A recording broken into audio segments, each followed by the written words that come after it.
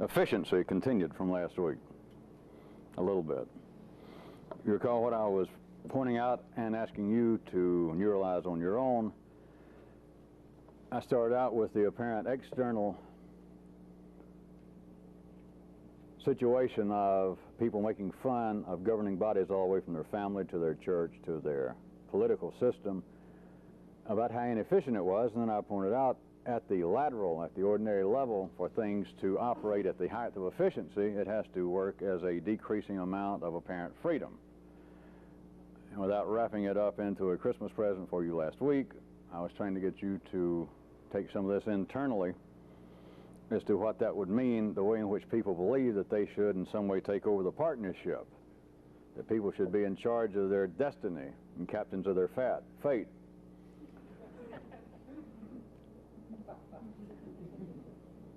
But now let me ask you, what kind of efficiency would we be talking about? And I'll leave it to you to simultaneously go back and forth from external to internal matters. What kind of efficiency would we be talking about if we were talking about a tyrannical governing body? If it was an absolute tyrant in a political system? And since I'd already pointed out that from one viewpoint, you would have to give up increasing amounts of freedom for efficiency, since life is always looking for efficiency. If we were dealing with a near, if not absolute, tyrannical situation, what kind of efficiency would be involved? Keep it going back and forth from internal to external, but if we were talking about right now the most tyrannical dictatorship on this planet, to start out with a good external example, all of you must know by now, even if you just picked it up from movies and fiction, it's a reflection of the truth, but you must have some indication that if you were living in that kind of place where it was safe to walk the streets, it is not safe to paint something like that. It is not safe to do a caricature of the great leader. It is not safe to come up with new music that the leader listens to and he says, that's garbage. And all I like is Shep Fields or Gene Autry. But I'm telling you that there is a kind of efficiency involved. But I'm asking you now, what kind of efficiency? I ask you secondly, if we went into an area, let me use New York City again as being still almost a living archetype, that from one viewpoint, let us say compared to Beijing or somewhere on this planet, that right now it is safe to walk the streets at midnight, assuming they let you out at midnight. If they do, it's safe to walk the streets because, let us say, every 20 feet is an armed guard. Nobody's going to mug you. You're not going to mug anybody. Nobody's going to spit on you. You're not going to spit on the pavement. And, of course, taking all this to extremes verbally, still let's use somewhere like Manhattan. Let us say that compared to the scenario I just painted, that it would be less safe to walk the streets in certain parts of New York. And yet, the arts, indirectly, the sciences, what seems to be new, all over the world, people still say that they would like to be in America, and I'm just using New York City as being sort of the bell curve of the American bell curve, as being the apex. So let's say that compared to a tyrannical capital city in some strictly governed political body of some country, compared to that, we would say that New York City, you walk in there and you look at the garbage and the strange people on the streets, comparatively speaking, you could say it is near chaos. There seems to be very little efficiency that I think would probably be safe in assuming that you could take New Yorkers and percentage-wise, they would claim that their city is the least efficient of any in the country. Garbage doesn't get picked up, all kinds of problems. Cops don't come when you call them. If you call an emergency number, you better be dying a slow death of something like gangrene or they won't get there in time. They'd say all that sort of thing. And yet, there is a kind of efficiency going on there in the midst of what would apparently be relative chaos compared to an absolute tyrannical situation. So I ask you again, in this case, what kind of efficiency? And to wrap this up, I ask you this. Could there possibly be, apparently, C, efficiency, and D, efficiency?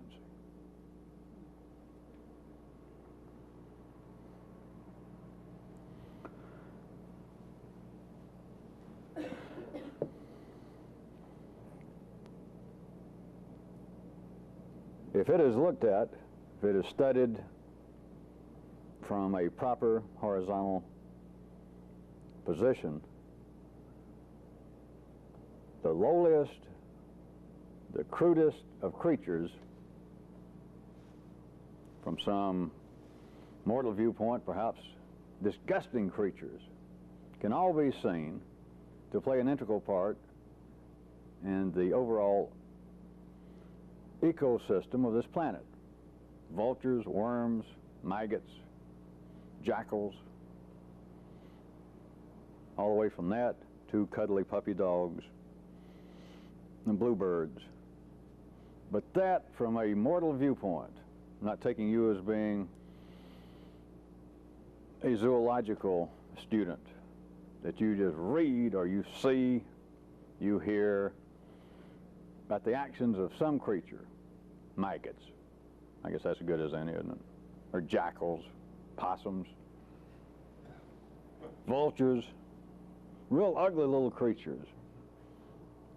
But just assuming that you are in the mainstream of being sophisticated and intellectual, you can see.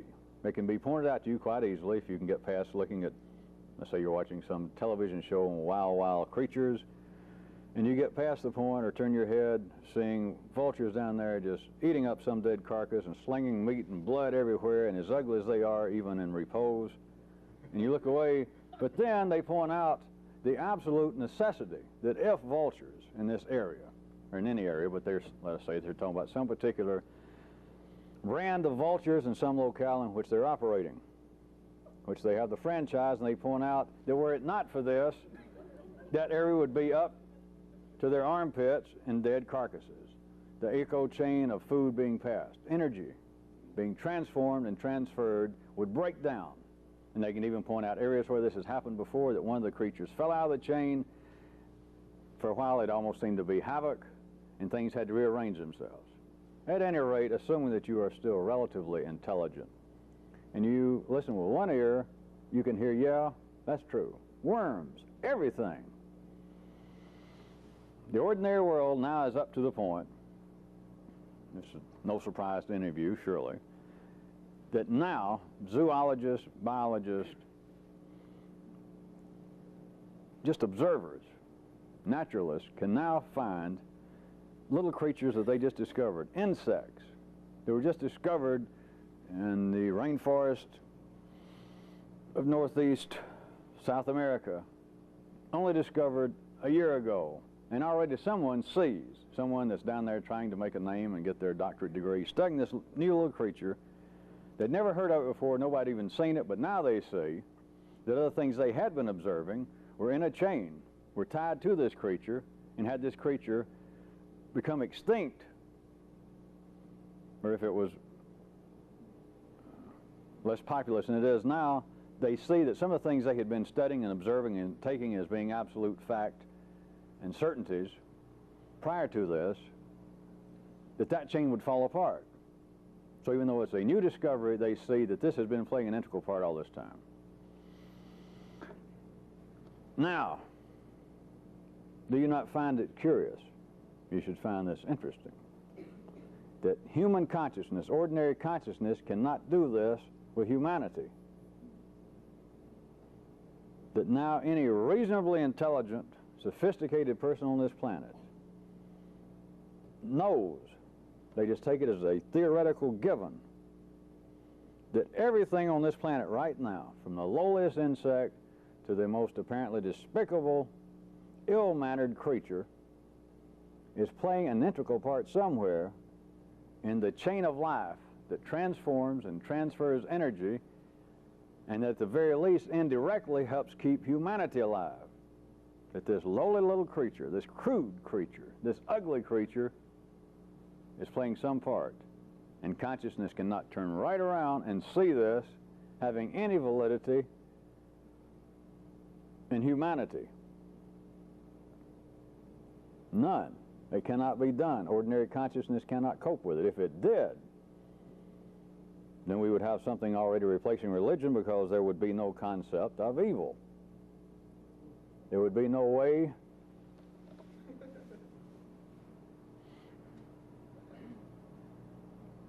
That's enough hints. I never like to dwell on this because of the potentially explosive nature of how people are hardwired already. But ordinary consciousness cannot see that all of the so-called inhumane activities of humanity has always served a purpose. Wars, murders, all apparently disruptive, forbidden human activity serves a purpose just as much as vultures and maggots serve, and lowly insects. Everything is transforming and then transferring energy along certain lines within the body of life. And human consciousness, literally, you should see that. Even when I spend the time and go through these examples, and some of you that's been around long enough to see things on your own, some of it, you still should be able to see your own ordinary consciousness. Your own nervous system up here in the brain will get to this point and just, it refuses it. It says, well, it's some kind of theory, it's leading to some kind of apology for the disreputable actions of some of humanity, and it's not. But ordinary consciousness cannot see it, and you should find that interesting. It is serving a purpose. That is the way people are wired up. If it is happening, it is a part of a greater dimension ecosystem. No matter what it is, no matter how crude it is, no matter how lowly, no matter how ephemeral, seem to be the people and their behavior involved. But ordinary consciousness cannot look upon another human as being a jackal. I do not mean that in a pejorative sense. They cannot see that there is a cleansing process, there is a cleaning up process.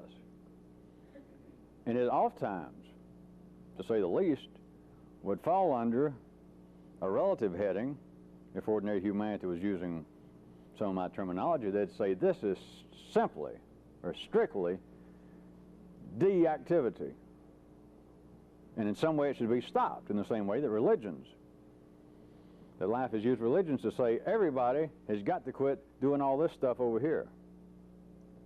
And they're not. They're not supposed to. But religion and parts of humanity is supposed to say we're supposed to stop it. But it's not going to stop. In the same way, human consciousness is wired up to denounce certain kinds of behavior over a large spectrum, different time zones, different places on this planet, different places in life's body, that there is much in common that is denounced over a wide period of time in a wide area of life's little system.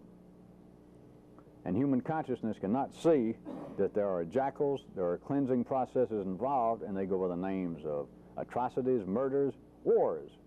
War seems to be the general one that can lump up almost all of religion, almost of all the humanist attitudes. What is the main affliction of humanity?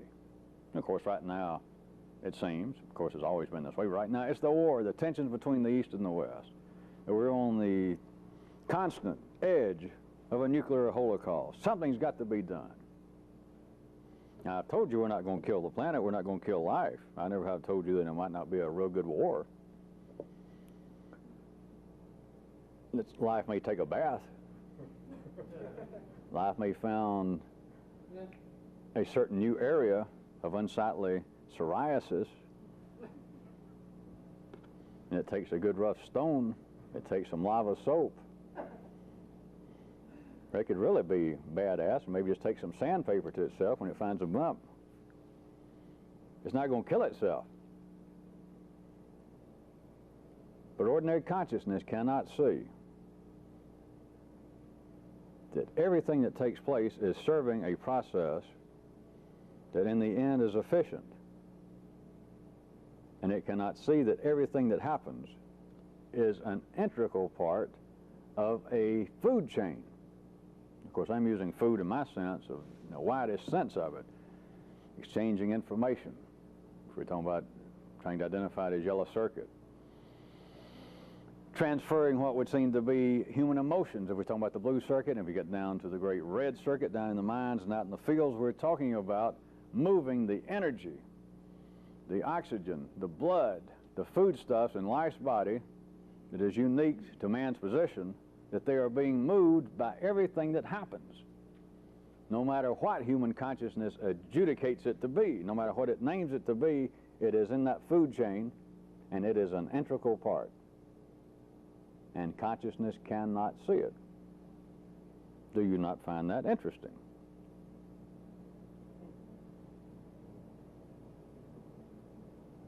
But the real question is, do you not find it interesting some of the things now that once I point them out seems to be just obvious as hell? Do you not find it interesting that you lived 20 or 30 or 40 years and you never even thought about it? And to realize if I had thought about it, I would have never seen this. It had nothing to do with your intelligence. It had nothing to do with your education. It had to do with your height. It's just a joke, so. You people out in TV land, just a little joke.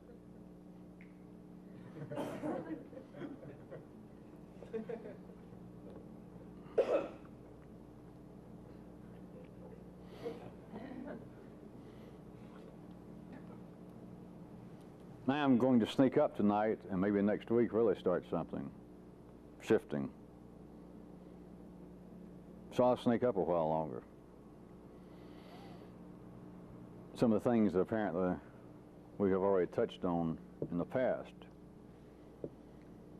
But do not let the apparent repetition and the apparent simplicity to some of you now let you blink, because you could miss it. Having to do with the particular molecular structure that is in everyone and is the basis of consciousness, just as much as the molecular structure genetically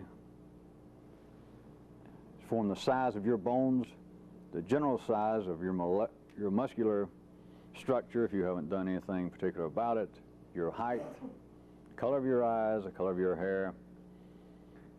A molecular structure is your own consciousness. It is every sense that you have of yourself, as it would be every sense that you would have of yourself if you were a proclaimed practicing Jew or Christian, humanist, Republican, American, Albanian. All it would be the noise of the molecular structure and the firing patterns in your brain. If you claim to be some sort of deeply religious person and denounced a kind of humanistic 20th century psychological profile, which of course I am not defending, but as opposed to that kind of dynamic, if you were saying, I am a religious person and there is something unique in man, maybe not you, heathen, but in me, my soul, my spirit, it is the same molecular structure. Even if I just gave in, so all right, everybody's got a little spirit in them. Everybody's got a little soul in them. I'm going to tell you what, it is just as chemical and it is just as molecular as your spleen. So if that's what you want, I'll give you that. And so they could say, I am a religious person. I am a fanatical Hindu. All right, if there was a place to find that, they would grab all around their chest and their heart, I guess.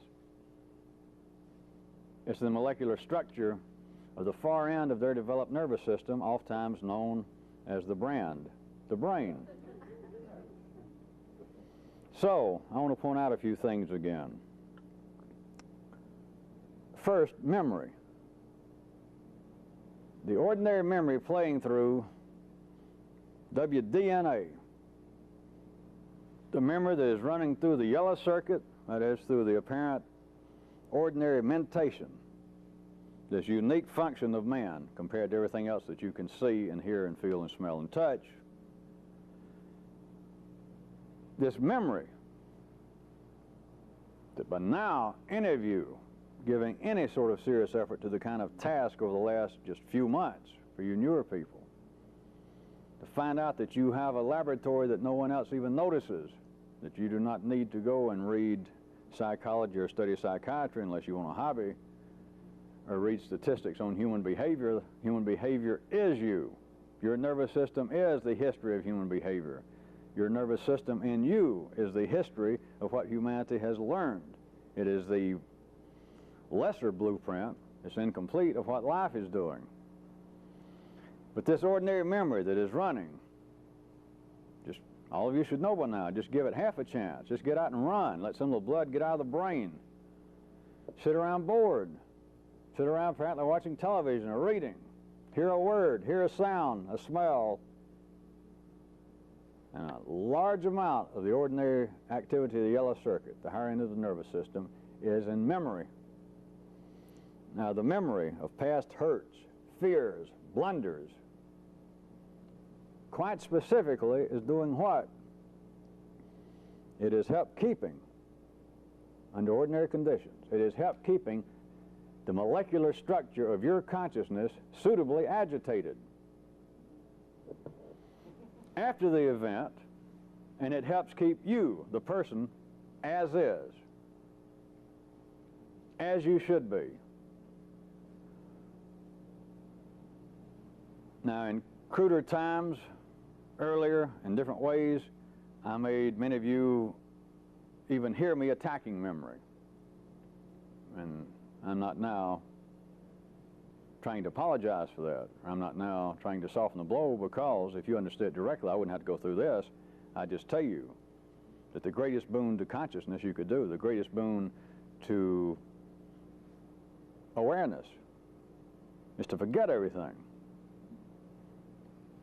Just take my original drawing of my funny cross. If there was a vertical line cutting up everything into the present now, is it right here would be your now, and anything that went past here, fuck it. To hell with it. Or if that sounds too crude, how great. Wonderful, I love it, but that's it. I love it, and somebody says, what? And you say, what? What? That's the greatest thing ever happened to me. What? What? So I don't mean it just in a negative sense, but here's the way it operates ordinary consciousness, as you should damn well know. You could almost lump them under fears, hurts, and blunders. What else do you think about when memory is running on automatic?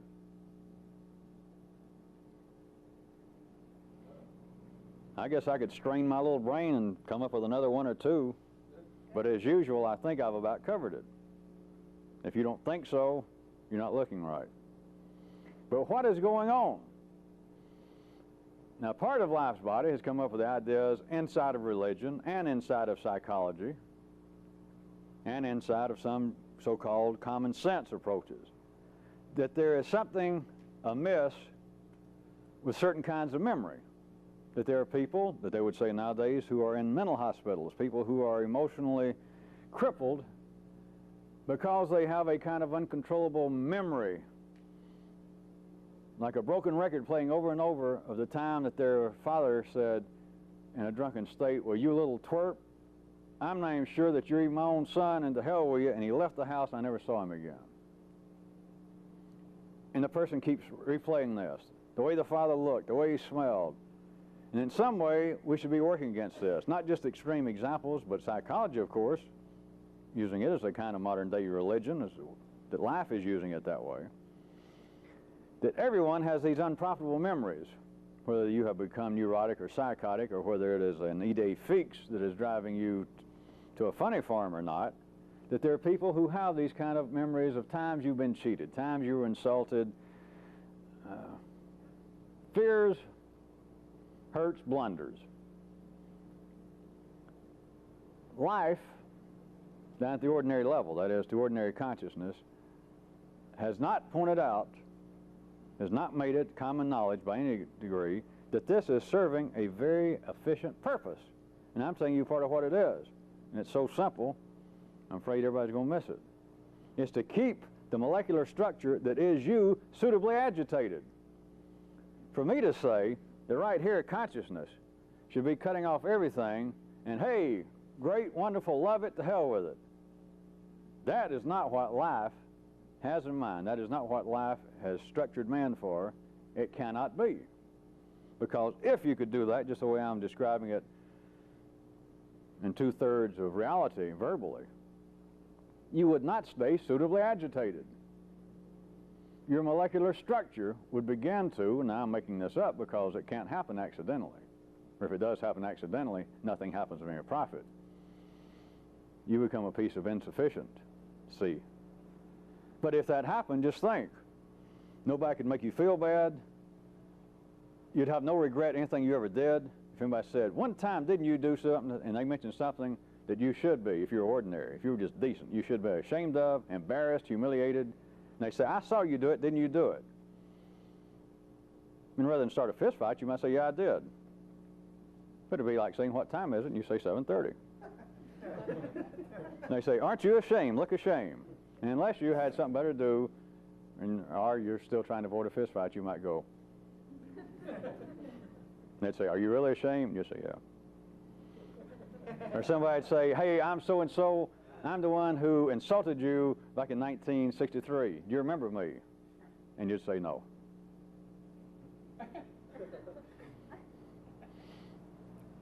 Your mother, somebody would say, on their deathbed, or in a fit of some kind of anxiety, or after a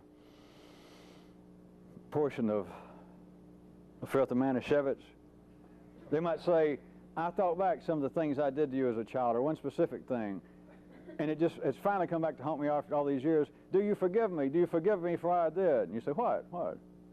You talking to me? That is not the way life operates. But notice, life has, again, as always, a form of a kind of partnership going on, because it has large segments, or at least very vocal and impressive segments, all the way from religion to so-called psychology, saying that memory, just taken as a rule, especially in areas that appear to be negative, hurts, blunders, fears, that probably by and large they're not serving any great purpose, that people individually would be better off. And I'm pointing out to you, not so. And I'm not right and life wrong. It's according to where you are in life. It's according to where you are in the body. It's according to what time zone you're in. But for people doing this, in a sense, you can't have any memory. But first you need to see that it's serving a purpose. It's not a sin. It's not a fit of stupidity. It is serving a specific purpose in everybody. It helps keep you suitably agitated when nothing else is going on. You got up, it's Saturday, you don't have to go anywhere, you don't hurt, you don't have a hangover, the weather's decent, you put on your shoes, you go out and you start running, and it's just like not a bad day at all. You go along, you don't trip. Just nothing. It's just almost like, sad to say, but it's almost like, hey, it's all right to be alive. And you start getting enough blood away from the brain, and you don't do anything about it, what's going to start happening? All of you should know you're going to start having memories. The partnership's going to start talking, and she's going to suddenly turn around, and there goes a red Buick, and that's going to trigger something about your mother. It's going to trigger something about the guy that sold you the aluminum siding back in '62 that turned out to be paper mache. Something's going to happen, and suddenly, if you'll even notice, if you could notice it, and you can, it's just whether matter whether any of you've done it, your molecular, your chemical stew begins to change. Your heart rate will increase. You'll begin to run faster. Your face, while you're running, will begin to screw up like that son of a bitch, if I could get him. In fact, that car, I wish that could be that bastard. And you begin to churn it out a little more. There is a molecular shift in your consciousness. It gets reflected on the red circuit level, like I'm saying. It will affect the way you're running, facial expressions. You're running along like this, and suddenly you're making fists while you run. Your heart rate increases. But consciousness is what we're talking about right now. The molecular structure of your consciousness has become suitably agitated, and it's as though we have gone back and reheated you, and consciousness is springing back just in odd moments when nothing particular is going on, heats this alloy back, and you spring right back into shape, and there you are being Fred or Mary, just like you're supposed to be. But memory is like a kind of, in the area of consciousness, it's almost like a yellow circuit wiring blender. It keeps things stirred up. It keeps you agitated. It helps remind you who you are, where you came from, the times life has stepped on your private parts, the times that you have been offended, the times you have been offensive. After all, what would we be were it not for our memories?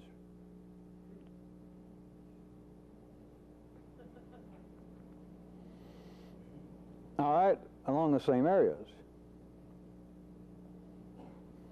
I return you back to the wonderful world of talking about oneself.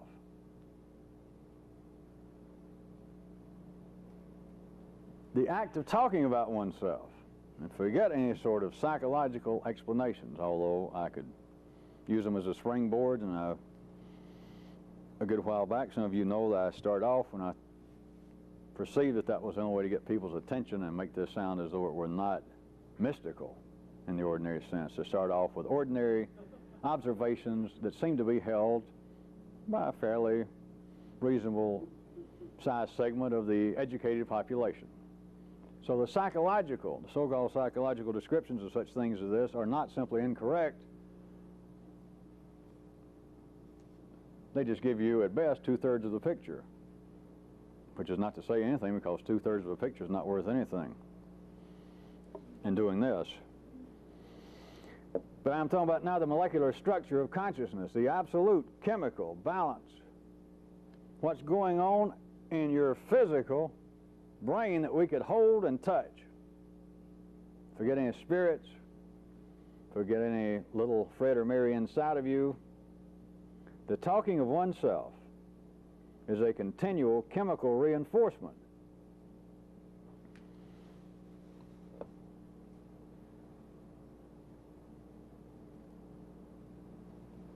There's not really, after all this time, for anybody who has made the effort to see it and pursue some of the tasks I've given, there's really nothing else to say until you see that. And then I may or may not have anything else to say. All talking about oneself. All talking. I'm sorry I'm late. I had a car wreck. Now, I know all of these. For you newer people at some other time, another place getting this, this is not to say that in some way you would become an irritating, frightening person by not offering any social comments under ordinary conditions. That if you were late for your wedding, it would be proper for you to turn to your in-laws, assume they were ordinary people, and tell them something, such as I had a car wreck.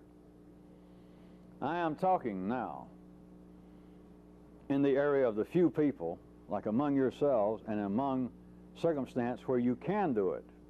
But you're not late for your wedding every day. But every day you want to tell somebody, hey, I had a car wreck. When? The majority of the time. And by that I mean way over 90% of the time, you didn't have to tell them squat. It wasn't necessary. Or you didn't have to tell them anything that had any apparent meaning. But why did you? There's no weakness on your part if you're ordinary. If you're not ordinary, it's extreme weakness on your part. You should be sent to your room without any sex, without any supper. The talking about oneself is a molecular reinforcement of the structure, the firing patterns, the degree of enriched blood you're getting to the brain. All of this that passes for your consciousness, for your personality, for your individuality.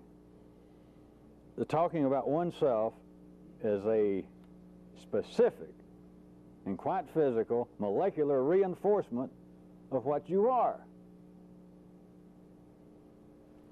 And you are as foolish and ordinary as everyone else if you are foolish and ordinary enough to comment on the foolish and ordinary conversations of other people talking about themselves. You have just found your long-lost twin brothers and sisters because you do not understand. And while I'm here, let me point out something. Throughout history, all the way from some of the Mid-Eastern tales of mythology all the way up to Clint Eastwood, John Wayne, has been what? The great silent heroes. Hollywood did not invent this. Greek or Egyptian writers or macadamia nuts did not invent these kind of characters. It comes from the molecular structure of life coming out through humanity. These heroes, a Clint Eastwood or somebody in a movie, comes to town in a Western, doesn't have anything to say. Nobody knows who he is, where he came from, and everybody else, until it builds up to whatever little passing plot they have, everybody else is talking about themselves. Just immediately, as soon as the movie or the novel, I'll stick with the movie since most of you, I'm sure, are literate movie-wise, everybody else has to apparently establish themselves. They would say, well, let's just get the plot going. It's just a reflection of life, though. Everybody's talking about themselves. The sheriff immediately says, somebody says, Sheriff, did you see that stranger come in? We tried to say hello to him, and all he did was try and look at us like we were dog meat. I don't like the looks of that guy. Somebody says, me either.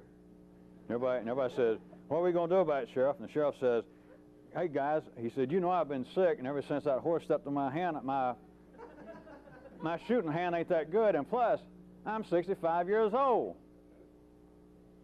And he says, how about some of you guys ask you to be deputies? And the guys that just said they were scared, one of them says, well, now you know that I'm a bigamist, and I got 3 wives, and I got 14 children. I can't get out here and afford to get killed. And another guy says, well, I tried to help you once, and the town wouldn't pay me, and I was going hungry. Another guy says, I'd help you, but you know me, I drink so much I couldn't hit the side of a barn. So then the sheriff says, well, how about this town? If the guy's dangerous, are we going to get together? Are we going to let this guy run over our town? And somebody else from this little crowd says, well, you know everybody here, everybody's chicken shit. Nobody's going to do anything. So apparently you have set it up. But besides all of that, why is it, I assume all of you, including women, once I point out women do not naturally seem to have any sort of affinity to these kind of stories, whether you could watch it with ordinary consciousness and find any interest in that kind of man or not, but in the kind of stories. But I assume that all of you are aware of the fact, even if you don't feel it directly, that men find that very attractive, that there's something about the guy, and they finally talk to him and say, where are you from? Didn't I see you one time down in Waco? The guy might say yes or no, or you may just spit and walk off. And then somebody says, I don't like the way you act. I don't like the way that you won't talk to me. You keep fooling around me, and some night I'm going to pull a gun on you, and we're going to see how bad you are. The guy still doesn't say anything. But men, and I assume women have had to sit through enough, understand that somewhere within the next 90 minutes, somebody's going to push him too far. And somebody's going to say, we've had it with you, the whole town. You want to meet the whole town in the street. And finally, after all this, he says, time, and you know what's coming. That may be his only piece of dialogue, but he's going to shoot every mother's son that walks out on that street and fucks with him. All right. There is something very deep, and it's not psychological. Unless by now you people understand that psychological is the same thing as physical. So we're talking about molecular structure. There is something in the genes of man. But before I put it up here in the window, if I wait a few seconds, remember I started off this paragraph about people having to talk about themselves to apparently reinforce, or to reinforce, the molecular structure that is them.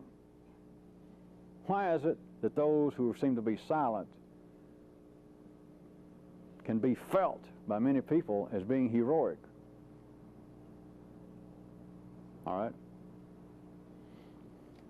Since words don't tell you anything, I'm not giving away secrets, so I'll tell you.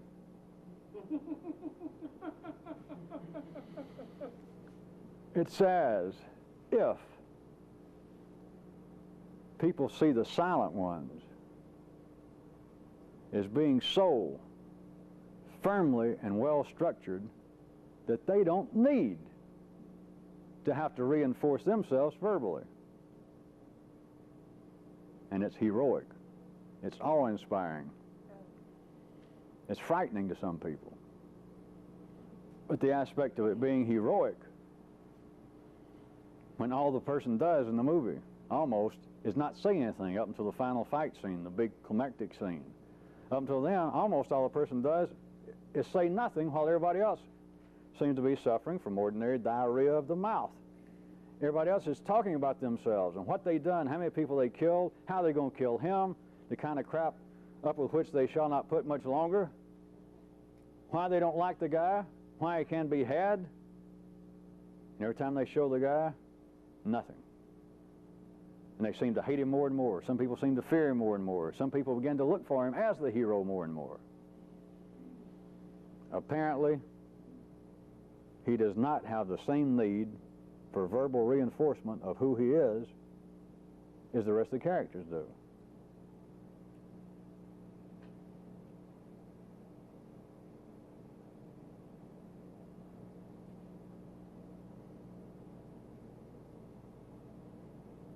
Next semi-paragraph in the same area. How about the ways in which talking therapy, like ordinary analysis, all the way from that under what would seem to be a structured situation to people sitting around talking to their best friend about problems. But let's take the structured situation, all forms of talking analysis in which some people sometimes seem to experience what they would call success. That after some given period of time of laying here on the couch talking to a psychiatrist or whatever other form, through simply talking, I have become a better person. I've become a happier person, I've become a freer person, and so on. And there are people who say that. And if they say it, it's true. There is validity to talking therapy. But when it apparently works, what's going on? I skated around the shadows of this in the last year or so several times, but now that I'm talking about it in a particular way,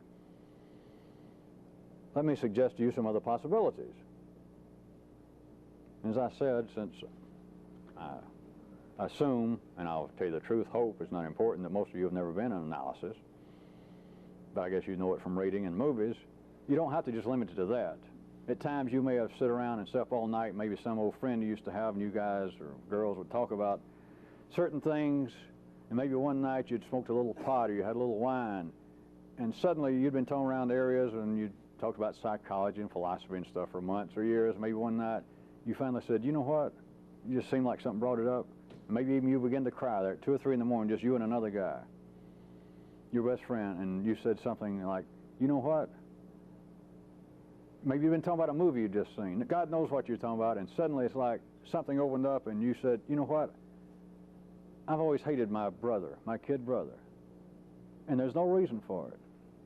And I go around, it just struck me, I don't know how much, but a large part of my time is spent, I'm thinking about how much I hate him, and all I remember now is how jealous I was when he was a kid. It might be a little thing. I've never talked to you people, but all of you, to end up here, you should have had some experience somewhere along this line so that you can understand or recognize what I'm talking about. That would be talking therapy. That evidently in some way talking about yourself, whether it just seemed to be something that happened there, or whether it seemed to be something that came about after X number of years of structured analysis with a psychiatrist, but that talking seemed to have brought about something, and it's talking about oneself. Forget some kind of psychological breakthrough, forget some kind of constipation of the emotional system that you had, forget all that. If something happened that was beneficial, it was molecular. It was a change in the chemical, the extant chemical balance in you, in the blood, the molecular activity, the structure itself that constitutes you and your consciousness and your memories and your fears and your hatreds. Something happened, as opposed to imaginary happening, as opposed to something psychological that nobody can explain. My suggestion along these lines tonight would be almost as though, especially in the structured sense, and I can carry it into the one-on-one relationship of you and another person, but it's almost as though the person involved that seemed to have benefited through some kind of talking therapy had almost become, in a sense, sick of the same old talk about themselves. And then it seemed to be almost a moment a crack opening up in the molecular system, in their molecular structure of their own consciousness, that seem to offer a chance to change.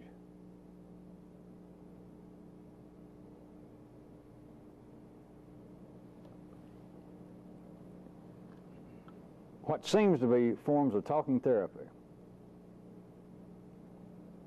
Not enough of you heard that, so I'm now trying to get 2 or 3 time zones, if not 1,000 miles ahead, and try and pull some more examples. Confession. It doesn't have to be all this either instantaneous or long prolonged. The great streak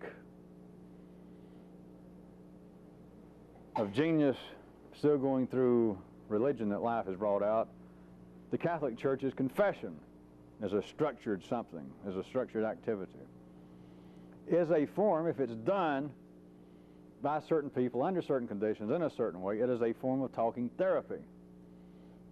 And the more fundamentalist religions of people confessing that they believe in the guides of that religion, standing up in public and saying, I confess that I was a heathen, I confess that I was misled, I was living an ignorant and sinful life until I found you people, and now I pledge my allegiance to this. And they read some creed, they repeat something. You do it when you go in the army. Parents had their little children, you know, they slap you around and say, you know, say you love me, damn it. You're not going to tell me you don't love me. Say it. I love you, I love you. Say it like you mean it. I love you. It is a kind of talking therapy. But when something under the right conditions becomes repetitive enough, it is almost as though it has lost its ability molecularly to agitate, to stimulate, to reinforce. And it's almost as though you're taking a pill that is out of date. You're taking a drug that has been prescribed, and it's gone past its point of usefulness, even to the degree that it puts a little shock in you, and it's almost as though you got a momentary crack that you can experience a change. Still not enough of you are hearing it. Let me try it another way then. I have pointed out to you people correctly that in a sense you got to stop the past. You've got to see it for what it is. You've got to see that it is a kind of quite real molecular chemical reinforcement of your present structure as you're supposed to be, to keep you operating as you should be operating. That in a quite real sense you should have no memory. You should have memory of your memory so that you can find your way home and all that stuff. But as far as memory being a part of your consciousness, it's a part of a comet's tail of yesterday, not today. So I can say, as I have done through tasks and hints and jokes and everything else, that you should not be talking about yourself. That if you're under social conditions, work conditions, whatever, that you got to talk about yourself, at least have the decency to lie about it. Is don't ever say anything true. Don't ever say anything true to anybody. All right. So I can say, as I have, that is a real pertinent background condition to arrange in your own life is just quit talking about yourself. And when you must, to keep things in the ordinary world flowing, is at least lie. And don't ever say it sincerely. Don't ever tell anybody the truth. Don't ever tell anybody about your hurts and your fears and your blunders, your age, your weight. But can you also see that as descriptions go in this 2/3 of a real world, a method to create the same kind of conditions for the few people and everybody else would be if I'd said, all right, as soon as you join up here, as soon as I take you serious and you become part of this, I want you and I go out and have supper, and I want you to tell me all about yourself. And I'd make mental notes, if nothing else. The main things that you talked about yourself, and I could sense it in my mystical way, the ones that were important, the ones that you do all the time. So then I'd give you as an immediate task that you had to do to stay with this. Not to quit talking about yourself, but that you had to talk about this general area, these specific things about what you're telling me about how you flunked out of school, but how you finally got a degree in hamster husbandry and how you did this and that, you know, and how 3 women have left you, that these things you have got to talk about, you've got to repeat these to somebody. If nothing else, talk to yourself. That this must go on at least once every 10 minutes of every waking hour. Do you see that would serve the same purpose ultimately? that you would just be staying in a 7-Eleven store and you just turn to people and say, "Can you believe it? I've been married 3 times and all 3 women left me, and I don't blame them." And as soon as the person got through waiting, and you went and you started to pay your bill, and they said such and such, and you'd hand them the money, and you say, "Did you hear what I sent this guy? 3 wives have left me. 3 wives?" And all 3 of them said, "Hey, good riddance." And what's funny is, I don't blame them. And you get to the doorstop, somebody else tell them that. Tell them, say, "Can you believe that I went to school, I spent money, I went in debt, and I got up, I was within 2 quarters of graduating, and I got drunk, and I went off and I joined the Hungarian Navy under an assumed name, lost my citizenship. That was when my first wife left me." Oh, did I tell you about 3 wives? If you did that, I know you're laughing, it sounds funny. In a sense, it'd be harder to do. I shouldn't tell you things like that. Nothing's harder to do. You can either do it or you don't do it, remember? But that would serve the same purpose. It's talk about yourself. Now, there's no description for this because I made it up. Nobody's ever done this. It's never been used as a method. It's never been used as a religious observance. It's never been used. It would almost be impossible. Since I made it up and put in words finally, a few people could do it, or I wouldn't know about it, even if I just knew about 5 minutes ago. But it's not structured generally for this to happen. And so any description I give you is as made up and imaginary as what I'm saying is.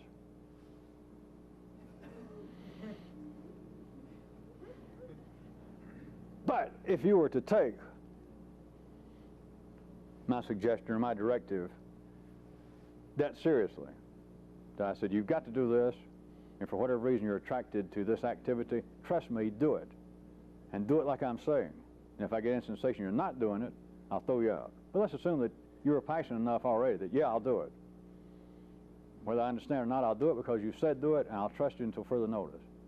It would be as though, if you had to exaggerate your normal conversation about talking to yourself, it would be as though, if it could happen, it would be as though, I assume you will all hear me, at least all those who laughed, in a short period of time, you just get sick of it. Now, these are just made-up descriptions since it's not going to happen anyway. But you'd become sick of it.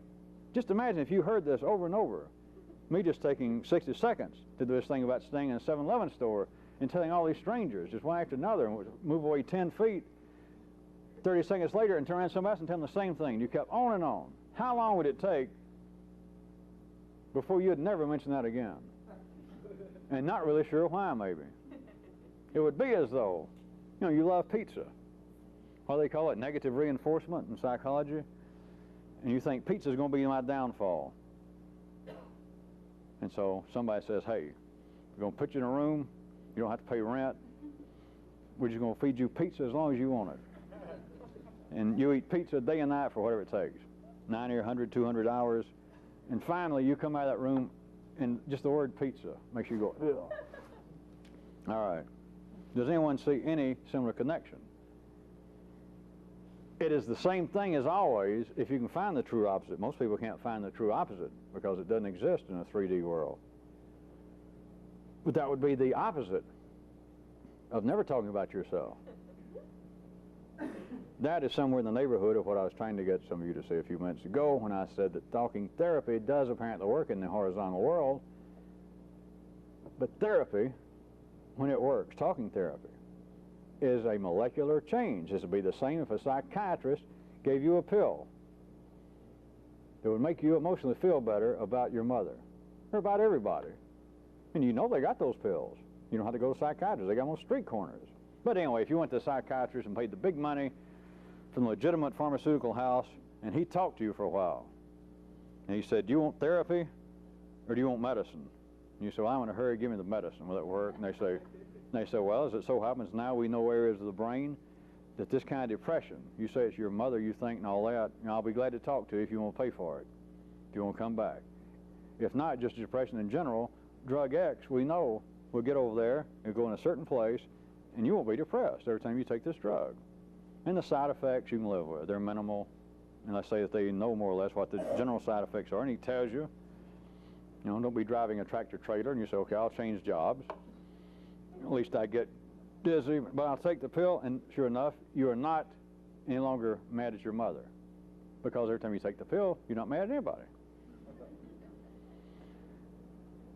When talking therapy works, it is the same thing. It is the same thing as taking a drug. But notice, human consciousness has never seen that. Very few people can see it now. I can say it. I can see it. There are a few people around that can hear it. But it is not general knowledge. Consciousness has a difficult time. It's got nothing to do, as all of you should know by now, between some kind of superior ordinary intelligence from me, assuming I'm correct, and everybody else. It's not there, because I can put it simply. I can say talking therapy, confession at church, talking to your good friend, analysis, $100 an hour. When it seems to work, it was the same thing as taking an antidepressant. And consciousness says, no. It just says it can't be. It's just no. Just no. Confessing to a priest, having some kind of religious experience is not the same thing as taking a drug. No. Yes.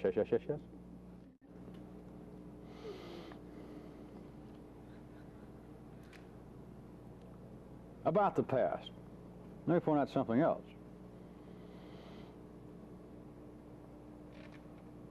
Ordinary repentance, recovering alcoholics, ex-drug doers, ex-sinful people. Ordinary repentance must denounce their past for molecular reinforcement.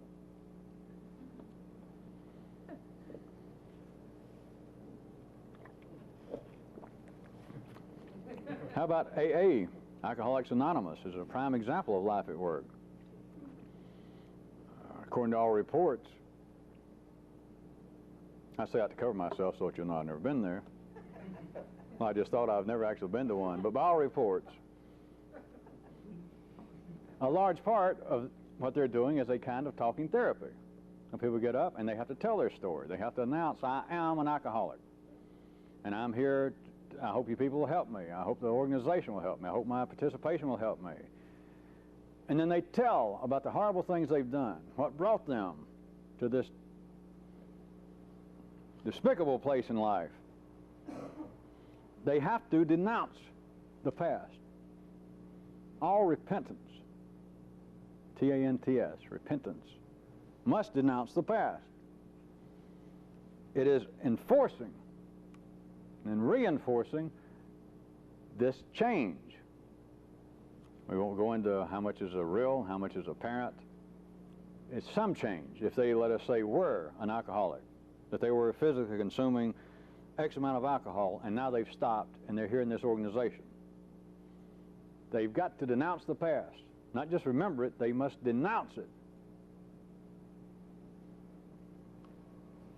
Part of being a good blank, man returns to or woman back to their Judaic background. Somebody becomes a reconverted Christian. A heathen becomes a Muslim. A strayed Hindu, whatever that would be, returns to the fold. They must. It's a balance again. You can see it as a seesaw.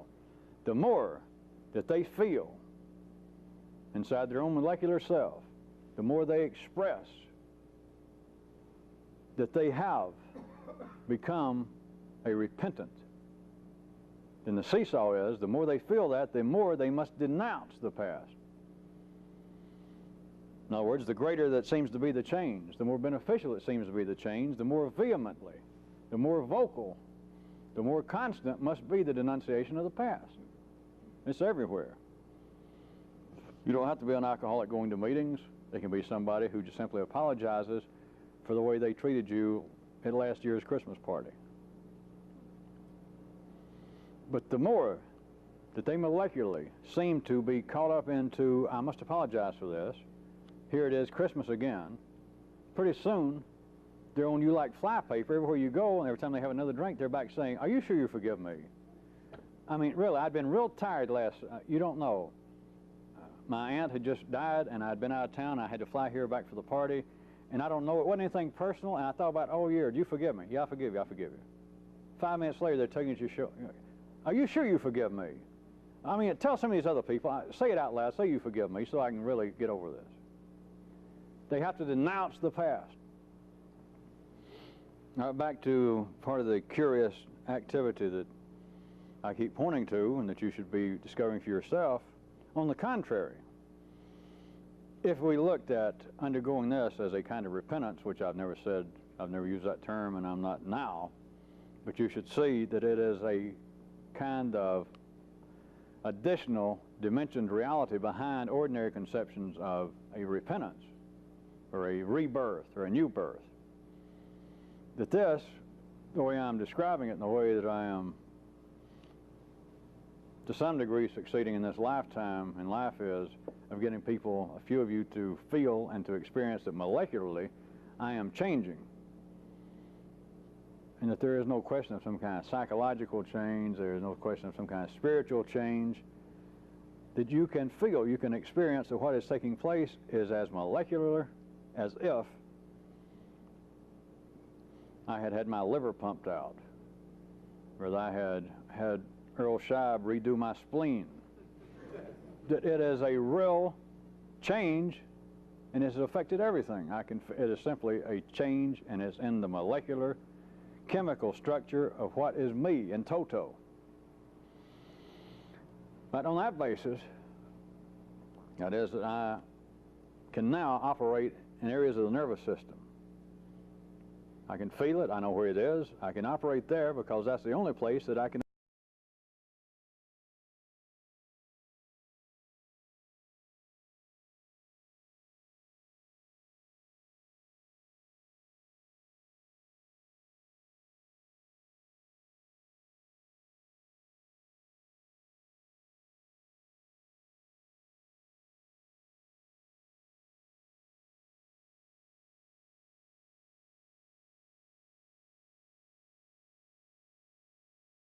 as if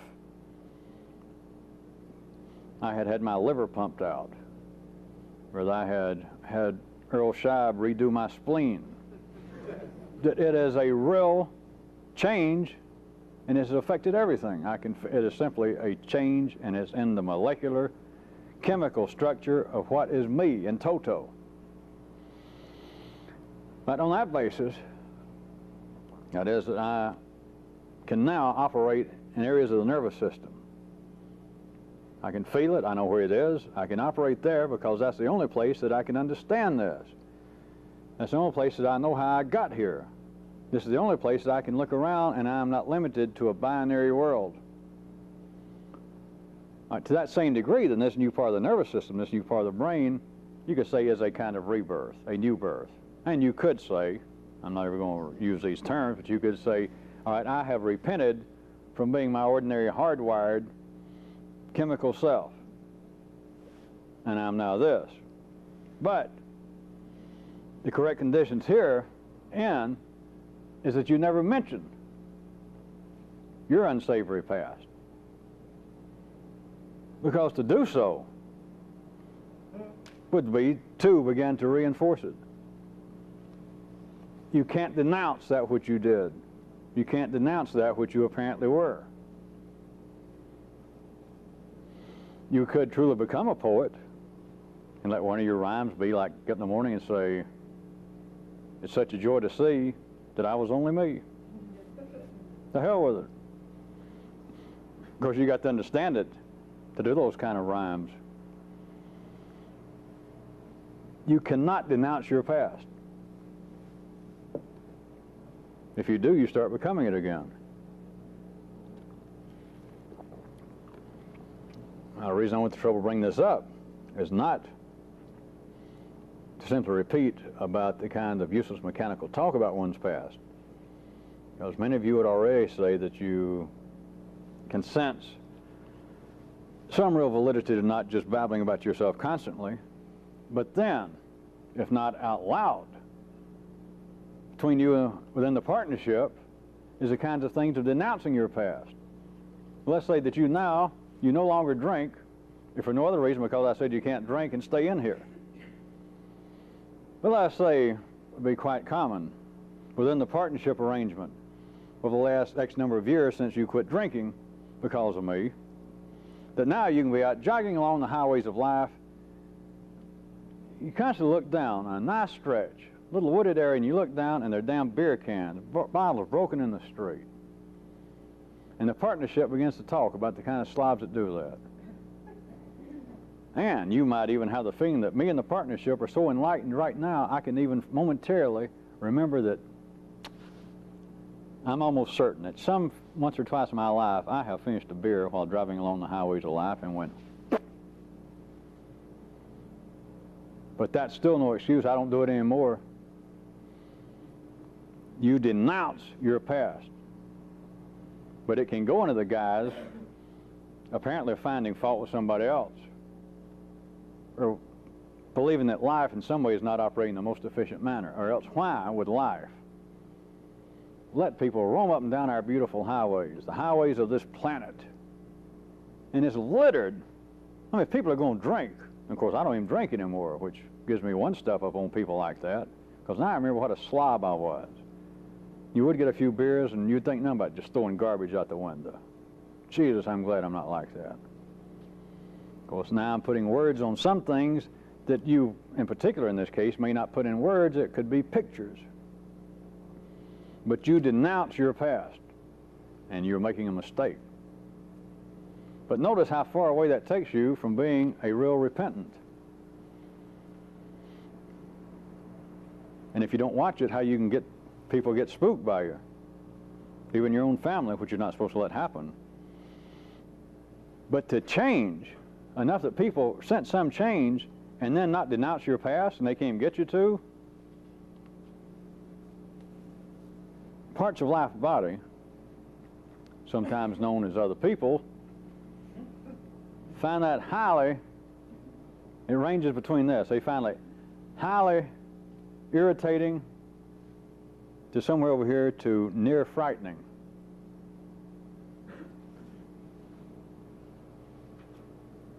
Life is up to something. Life is making efficient use of its resources through man. But the very thing that's a part of the molecular structure that holds the many will strangle the few, because the many, I tell you again, they must denounce their past, especially in all areas of repentance. It goes hand in hand. You must denounce your past. As soon as you see the light, as soon as you quit cheating on your income tax, quit cheating on your wife, quit drinking, quit beating your children, no matter what it is, you've got to denounce it, because it helps reinforce molecularly, not spiritually, not psychologically, the molecular structure of the change in you. It's an alteration of what you were, no matter how slight. Of course, vis-a-vis this, no matter how irrelevant. But no matter what the change was, it must be continually reinforced, and it is reinforced specifically, chemically, by denouncement of your past. And for the few, change cannot be followed by denouncement. That would be like saying, I'm going to jump from allegorical to apparently literal, of course. That'd be like saying, hey, one of my problems was I drank too much, but I quit, and I'm so proud of myself. Bartender, another round. That is what the few are doing, or would be doing, to denounce your past. That yes, I was once a blind, sleep, ignorant, ordinary, run-of-the-mill fool. But now, as soon as you say that, you know, the band might as well be playing Turn Your Radio On, because you done turned it up. I used to be like, in fact, I wasn't just like people like that. Wait, let me tell you, I made these people look like they weren't trying. Let me tell you how bad I was at that. You might as well be the guy proclaiming his great joy of giving up alcohol by celebrating it with a what? A drink. I used to be killing myself bit by bit, but now I've stopped. If you'll give me a knife, I'll do a little bloodletting on myself just in celebration. But notice, from the ordinary viewpoint, to put it mildly, the strange situation. I'm telling you this in very simple words, and it is a fact, but you've got to understand it yourself. It's not just something that you can take up. You can shut up. You can struggle not to talk, but I'm saying the full understanding of this is not something I can simply impart in words. But no matter that you find, I just used alcohol as a very easy example, but the things that you begin to find that if they happen to come back to your attention, that yeah, I've stopped doing so-and-so. I didn't actually plan it, didn't work on it, didn't take a course in it. But there's certain things that used to go on inside of me that I no longer do. And I seem to be freed from it. Don't you ever let go further than that. Don't denounce it. Of course, by all means. But all of you know this. Don't ever say, boy, phew, am I glad. You can say it once, but you need to say it as fast as humanly possible, and then to hell with it. But what would appear to be the other side of it, that just seems to be, I fear, to most of you, would seem to have been open to full enjoyment and use, would be, if not to go around talking about it at least, but like I'm saying, walk down the highway of life and look at the beer cans and stuff, and remember, I used to do that. I'm ashamed of myself. Words, pictures to that effect. That goddamn, I'm glad I quit that. You just threw one down. It just didn't hit the ground. It went up here. You just threw another beer can out the window. So there is the situation. I have repented. But if somebody says from what, you can't tell them. You won't tell them. Not even the partnership. You mean you quit drinking? I thought something was wrong down here. Have you quit drinking? Play Clint Eastwood. Figure out for yourself, bastard.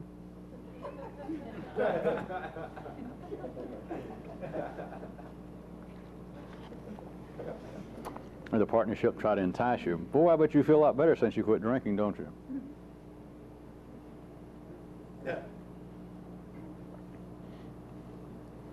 Let's hear a little denouncement of it. It may be fun. It'd probably be good for us. Everybody else does it.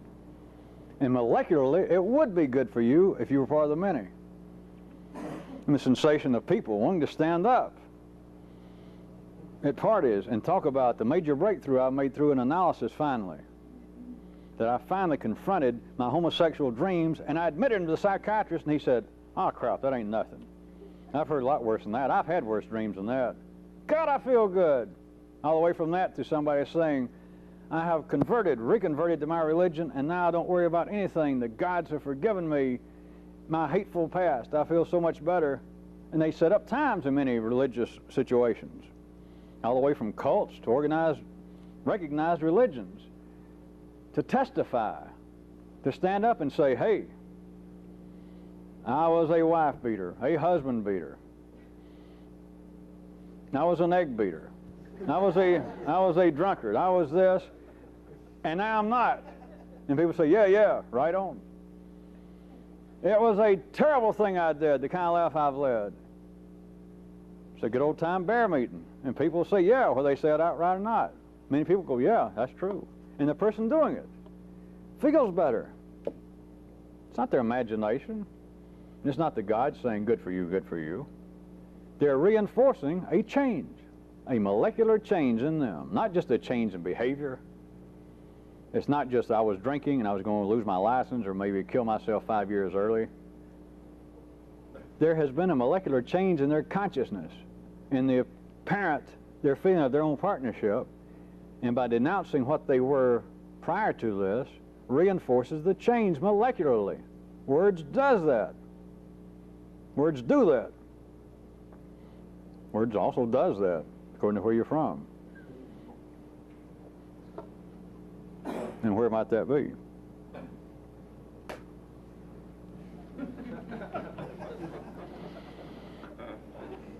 I'll leave you on this paragraph again, since I assume all of you can hear a little piece of this.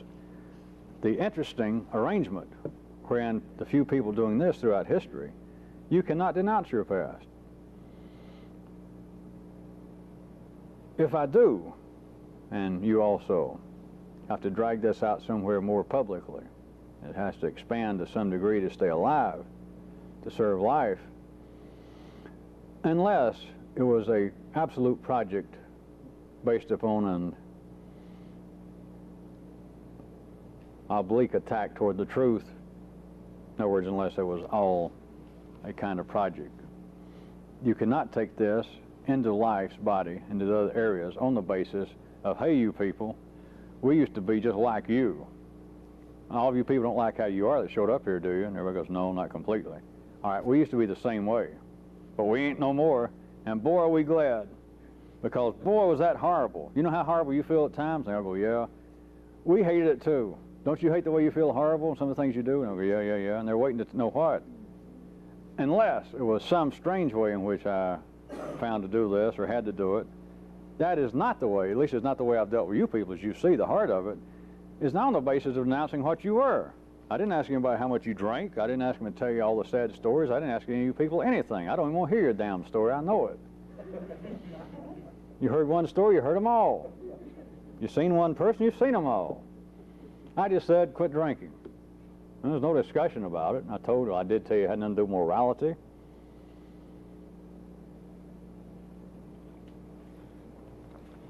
But how would you present something that here's a way to change? How could you do it without denouncing what you were before the change? How could anybody be an absolute repentant and never denounce their past? Well, I'll put it to you technically. It just ain't right. How do you even know you changed? I mean, somebody else might say, you seem to have changed, have you? And you won't denounce your past? Wouldn't that finally, how about this? Isn't there a possibility you even might get confused and think, wait a minute, I thought I'd changed, I even fooled them, but how have I changed if there's nothing to denounce?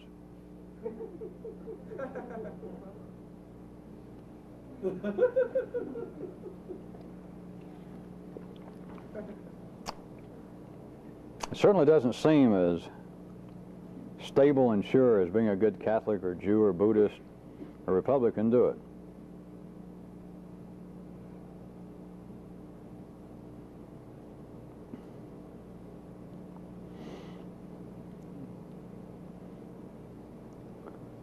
I don't think I'll take it any closer to something I was going to do. I'm going to spend some time, perhaps, in some effort of dealing with some of this on a perhaps written basis to some of you people out of town, and then the people I'm dealing with here over a period of weeks, because it's getting real close to the unspeakable again. And I'm going to change a little of the game. If not put a few more cards on the table, I'm going to shift the cards around a little bit and maybe put down one or two more and up the stakes a little bit. But I don't believe I'll start tonight. I do want to point out from last week that everyone should be a poet. And I have mentioned to some a little kind of task, a little pastime of trying to become a rhymer to yourself, to try and consistently, for some specified times during the day for a specified period of time, to try and come up with little rhymes. But there are two ways, among others, that I could point out that could be of benefit. Well, let's say more than a benefit. I'll just leave it at everybody should finally become a poet. Now, I know in a crowd this size and this diverse here and in other places, there's some of you that have almost no sense of rhythm. There's some of you that probably feel as though you have no poetic molecule in your body. And yet I'm telling you, everyone in a strange way should become a poet. One is you should be able to, non-verbally at least, rhapsodize about the astounding nature of being here. And I'm not talking about the kind of, when I say be a poet, I'm not talking about the kind of anger and angst of ordinary poetry. You know better than that. I'm not talking about reflections in whatever meter, and rhymed or not, over the sad nature of humanity. Nay, nay, I was talking more along the lines of where my earlier one was, of what a joy to see that I was only me. You should be able to feel a kind of poetic joy, wonder, things that cannot be put into words in ordinary, reasonably structured, literate sentences. That's the kind of talk you should not put up with from the partnership. You should not walk out in the morning on a beautiful day and say, God, what a beautiful day. Tut, tut. No. But you could be poetic about it. You can't get anywhere being ordinary. And as good as it may feel molecularly somewhere to you, what the hell do you think you're up to go out on a beautiful day and point out the fucking obvious? To exclaim as though you're a Magellan discovering women's breasts or something, to walk out and go, God, here in the midst of a beautiful morning, to holler, God, what a beautiful morning. And we're talking about a heavy philosophical dude or dudette. I mean, pretty soon you'll have your own tent, your own synagogue, your own cultural center. Anybody with that kind of insight? A poet, especially a four-dimensional poet, could do better than that. He certainly would not verbally state the obvious. With ordinary poets, it's a little aside. In fact, it's too aside, but it's too obscure what they don't understand. That is part of what life uses. This is very aside. It has nothing to do with what I'm talking about, hardly. It's the same thing as stating the obvious. That is, saying, I'm not sure what this means, and so they can write in such a way that you read and you think, well, I agree.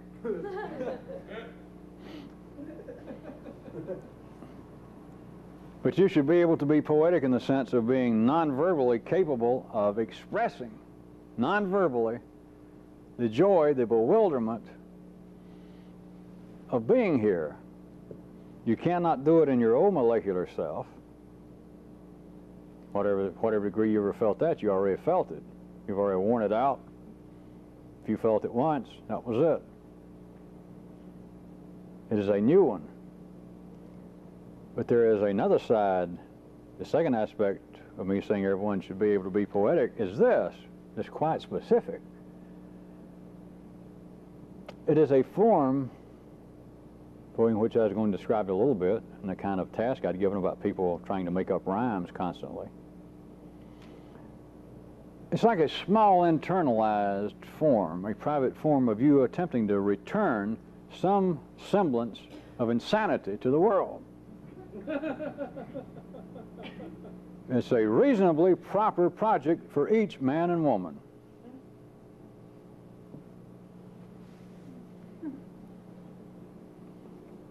Instead of going along in the ordinary sequential lines of the conversation, the noise from the partnership, from WDNA, is to run a kind of continual interference by making up these rhymes. Those of you who can do it naturally, of course, it seems to be easier, but the rest of you get the sense that you can come up with a rhythm to it, just off the top of your head. That is, that it has some kind of meter, whatever you start.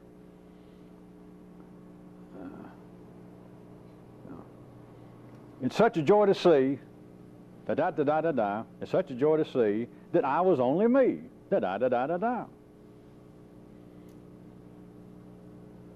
A pleasure now to find that I'm not just my mind. That wasn't worthy of James Brown, but it still had the tempo. you are directly interfering. Of course, you understand you got to do all this in strict privacy. No one is to know this except you and me. Of course, the partners, well, I'll leave that to you. But it breaks up that ordinary sequential line of thought. To do it constantly with rhymes just as fast as you can do it, and with those of you who can do it immediately understand what I'm saying, those of you who can apparently naturally do it, is a sense of tempo to it, a kind of meter. I'm trying to describe what I cannot hide. That wasn't very good. Here I am on the spot. I should be able to do better than this, shouldn't I?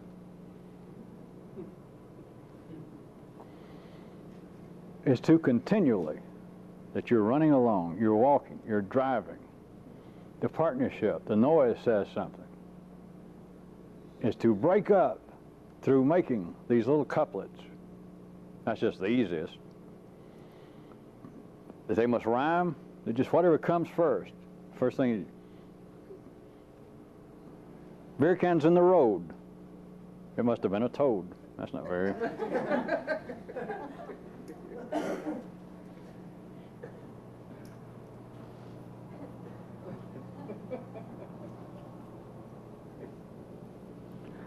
is to continually try, just let the first line come. Just whatever you can take, whatever the partnership seems to be saying, whatever the noise seems to be coming out of your own radio. You just grab that line and just try and say it as fast as you can. And where the first line is, of course, they're going to set up the tempo of whatever it is, da-da-da-da-da-da. And just as fast as you can, try to come up one. You got to make it rhyme almost as fast as you can think, at least as fast as you can talk to yourself. Then make the second line da-da-da-da-da-da, or something in tempo to where it could be put to music and you could tap dance to it. As I said, those of you who know what I mean know what I mean. Those of you to whom this may not seem to come natural, you got to work on it. But if you work over about 2 or 3 seconds on it, it's done for. It is an attempt. It is a kind of useful attempt, as funny or as silly or as intriguing as it may sound, to interfere with sequential thinking, to interfere with the molecular structure, the chemical flow, the firing in your own brain. It's to turn everything, especially serious stuff, like beer cans on the road, and how you used to worry about who you were, or anything, or to find the partnership mad. Something comes on the news. Take the last line and find the line that suddenly made you mad. And they said, in Beirut, the fighting is going on again. And suddenly you weren't paying attention. You find yourself in some way reacting to the absolute insanity of humanity again. You mean they're still fighting in Beirut? And it's like, there they go, fighting again. Lord, it's been, Lord, it's been. There they go, fighting again. Who knows why? Who knows when?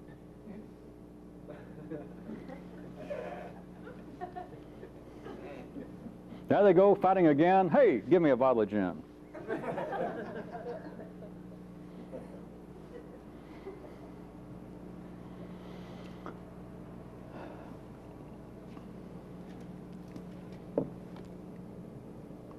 I simply leave it to you that everyone should become poetic. You should become poetic in the first sense that I said, that perhaps sounded a bit more rational and expected, of being able to non-verbally rhapsodize poetic, to experience in a poetic way. The wonder of being able not to be you, and being able to see that which everyone else only sees shadows of. But then the second part is actually to interfere with that kind of sequential firing, that kind of reasonable thought, that kind of B following A, into couplets, into a continual rhyme, to find just immediately, to get yourself to where the brain will fire off something. There they go, fighting again. I wish I had a glass of gin. That makes as much sense to me as anything. It could be, there they go, fighting again. What's wrong with those crazy people? All right. Now, there is good sequential thought. It doesn't rhyme. Doesn't have any meter, but it seems to say something. They announce it on the news. Your partnership says, there they go fighting again. Jesus, what's going to happen to the world? Well, call that poetry if you want to. For the few people, I say it's better that you hear the echoes of the station. You hear, like the pre-feedback on a phonograph record, on that first groove that you can hear what's about to come up because of the bleed through. You hear that the partnership, the radio station, is about to make some comment similar to, you mean they're fighting again? Or maybe just repeating what the guy said, they're fighting again. You say they're fighting again, and before it can take over, in something reasonable like, are those people crazy? There they go fighting again. I wish I had a glass of gin. That makes just as much sense. Really? That's not just silly. Doesn't that make as much sense? If you let the partnership say, there they go fighting again, I'm afraid for humanity. All right, have a glass of gin. There they go fighting again. I believe I'll have a glass of gin. Why is that any less than saying, there they go fighting again, this is going to worry me to death? It upsets me to think about this. All right, there they go fighting again. I think I'll have a glass of gin. Very similar. In fact, I suggest to you that the latter is a more appropriate response for the few people.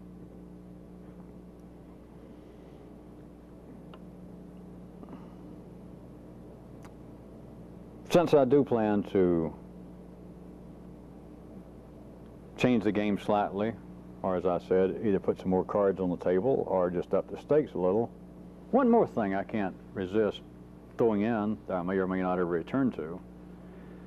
Along the lines of more recent times when I have mentioned to you people the apparent inescapable necessity, unless I die shortly, of us doing something a little more public, for continually having to bring in some new blood and molecules into this.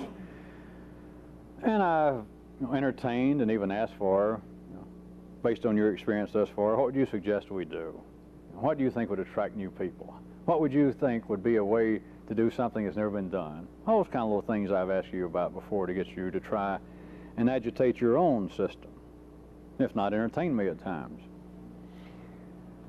A person once, while discussing possibilities of how this might be presented in a more structured form, how it might be codified into some apparent systematic endeavor, they came up with this general idea that as opposed to a great codified and intricate system is to get it down to a simplistic approach or a simplistic pitch, is even tell people that there is a word that is it, like the ultimate salvation, the ultimate release, the ultimate knowledge, that there is just this one word. There are methods, there are things you can do, and maybe I can show you some of it, but that the ultimate pitch, the ultimate pickle, the prime hook, the heart of the stick is that there is one word.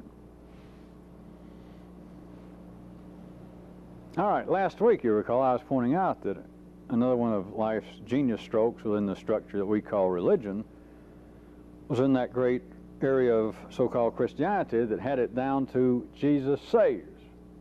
2 words. And I pointed out that, relatively speaking, no other activity that life had initiated through man, going by the name of religion, had ever approached that kind of simplistic, or that kind of enriched simplicity.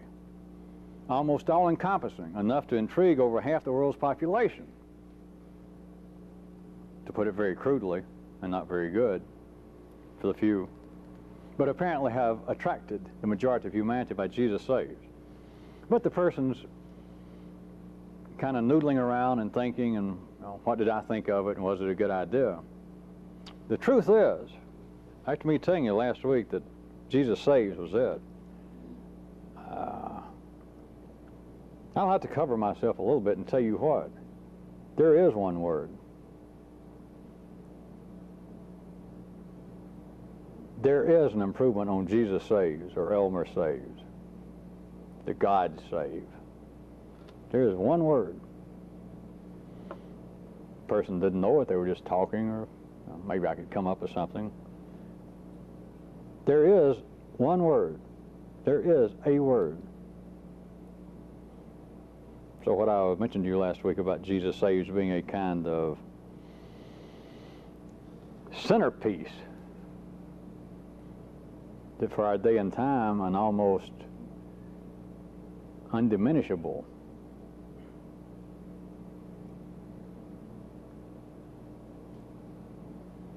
hook of promise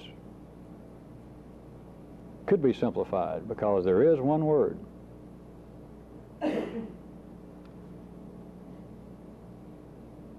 It is not this one, but this one is chow.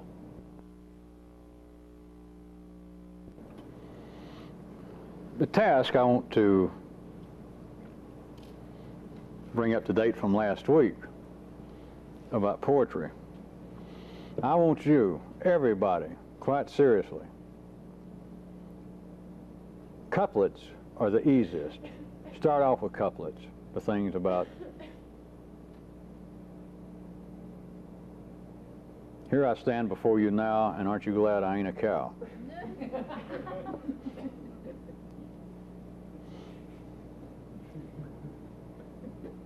I want you, once an hour, and we've got to do this in a way that sounds simplistic to remind you, do it on the hour. Just make that your plan.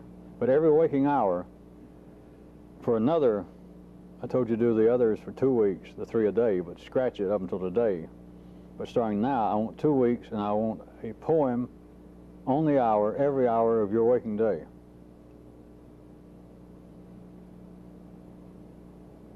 Very seriously. Start off and you can leave it. Now, couplets are fine if you can get up to those strange parameters or diameters or whatever the stuff was I forgot from high school and college.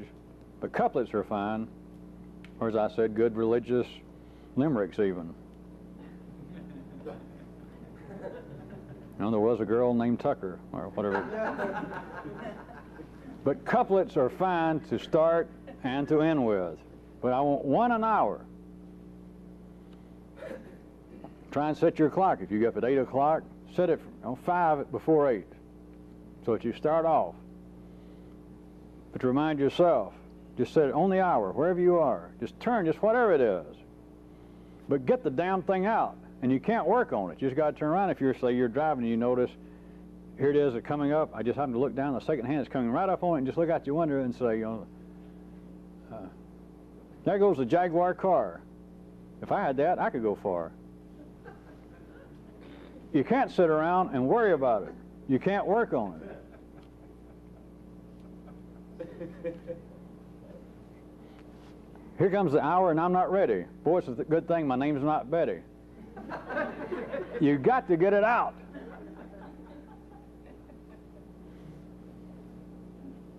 An hour, every waking hour.